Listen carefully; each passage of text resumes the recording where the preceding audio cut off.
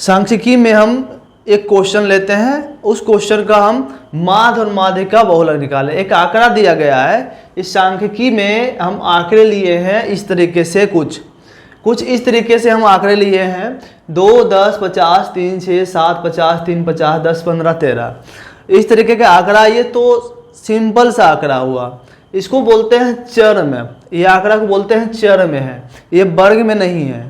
और बिल्कुल आसान सा ये आंकड़ा दिया हुआ है। चूँकि जो सांख्यिकी होता है इसमें सिर्फ संख्या का मतलब नहीं है, इसमें सिर्फ संख्या का मतलब नहीं है कि सिर्फ संख्या, सांख्यिकी नाम है तो सिर्फ संख्या है। इसका मतलब है कि संख्या होगा, संख्यात्मक आंकड़े होंगे, लेकिन इसके साथ साथ इसको कुछ विशेष विधि से बनाया जाता है। जैसे कि ये अलग अलग तरीके से माध्य माध्यिका बहुलक निकाले हैं, जैसा क्वेश्चन उसका वैसा ही सॉल्यूशन करते हैं। तो आइए हम इस आंकड़े का जो दिया गया आंकड़ा है इसका सॉल्यूशन करते हैं। तो फर्स्ट टाइम इसमें पूछा है माध्य, सेकेंड माध्यिका और थर्ड बहुलक। तो माध्य किसे निकालते हैं? माध्य निकालते हैं कुल आंकड़ों का योग बटे में कुल आंकड़ों की संख्या, कुल आंकड़ों का योग बाय कुल आंकड़ों की संख्या। तो देखिए ये समांतर माध्य हो जाएगी, समांतर माध्य, क्योंकि ना तो इसमें कोई बारंबारता बोला है निकालने के लिए और ना ही इसका कोई वर्ग अंतराल दिया है, इसलिए यहाँ समांतर माध्य ही निकलेगा। तो माध्य निकालने का क्या फॉर्मूला है? कुल आंकड़ों का योग, कुल आंकड़ों का योग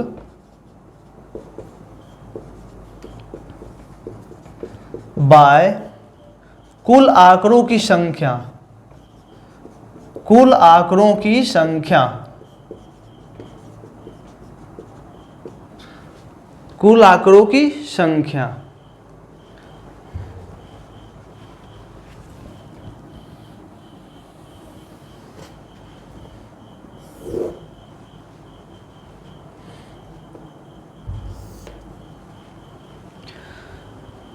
माध्य निकालने का फॉर्मूला है कुल आंकड़ों का योग बटे में कुल आंकड़ों की संख्या।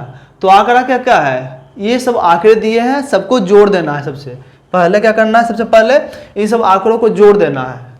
तो जोड़िए 2 + 10 + 50 + 3 + 6 + 7 + 50 प्लस उसके बाद क्या है 3 + 50 + 10 + 15 + 13 बाय क्या हो जाएगा?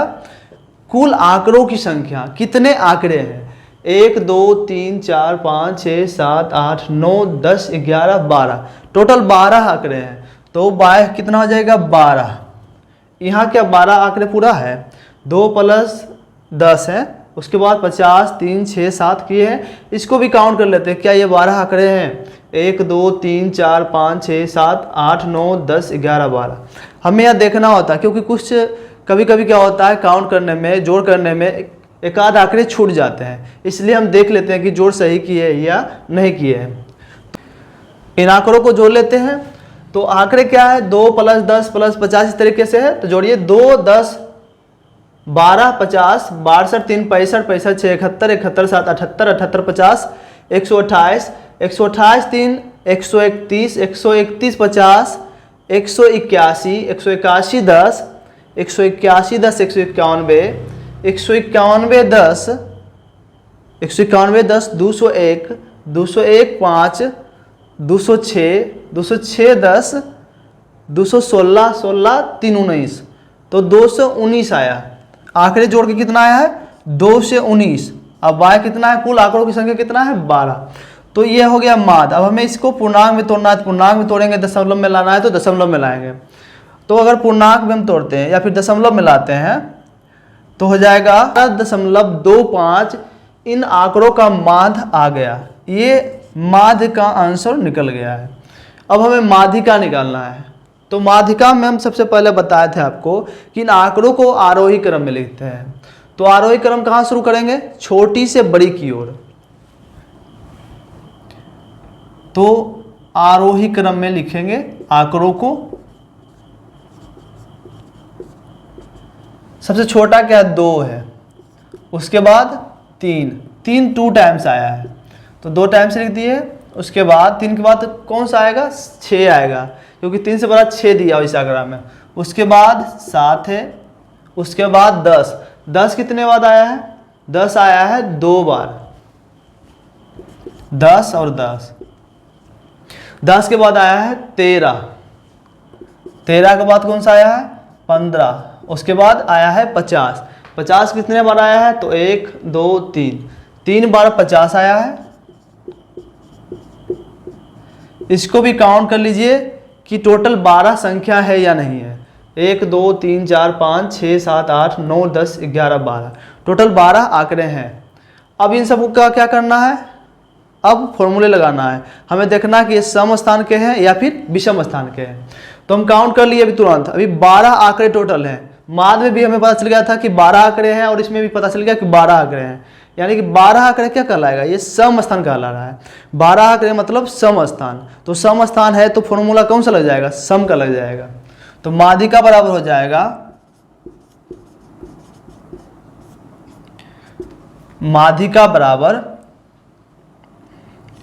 n/2वें पद, n/2वें पद प्लस n/2 प्लस 1वें पद,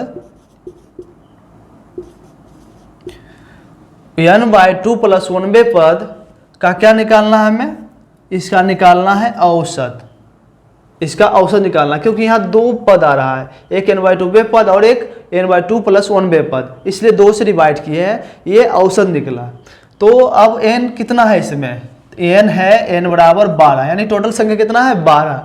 तो 12 में यहाँ 2 से भाग देना होगा मैं, तो 12/2 बे पद यहाँ लिखना जरूरी होता है, नहीं तो हमें लगेगा कि यही आंसर है, क्योंकि यहाँ से हमें इसमें खोज से देना होता है आंसर। 12/2 बे पद प्लस 12/2 प्लस 1वें पद बाय 2। हम नीचे लिखने की जगह ऊपर भी इसे लिख सकते हैं, 2 को साइड में 1/2। इसी तरीके से आगे बढ़ेंगे 1/2, 12 में 2 से भाग देंगे तो आ जाएगा 6, 6वें पद प्लस 12 में 2 से भाग देंगे तो आ जाएगा 6 और 1 7, तो 7वें पद।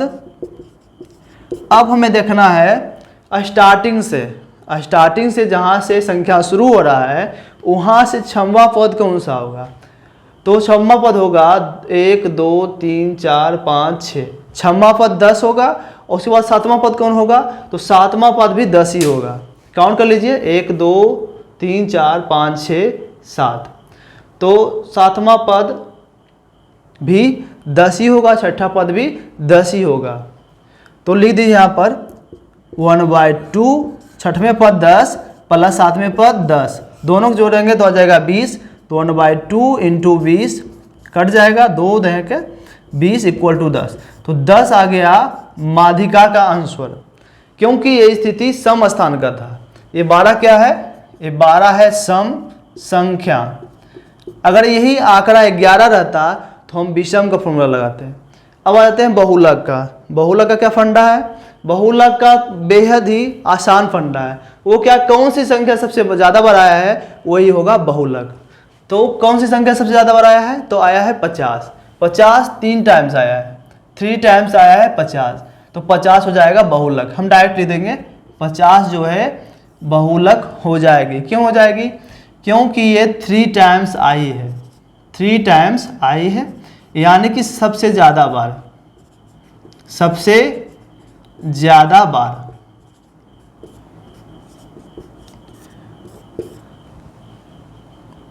और हम इस क्वेश्चन को बिल्कुल आसान तरीके से सोल्व कर लिए हैं, बिल्कुल समझ में आ गया होगा।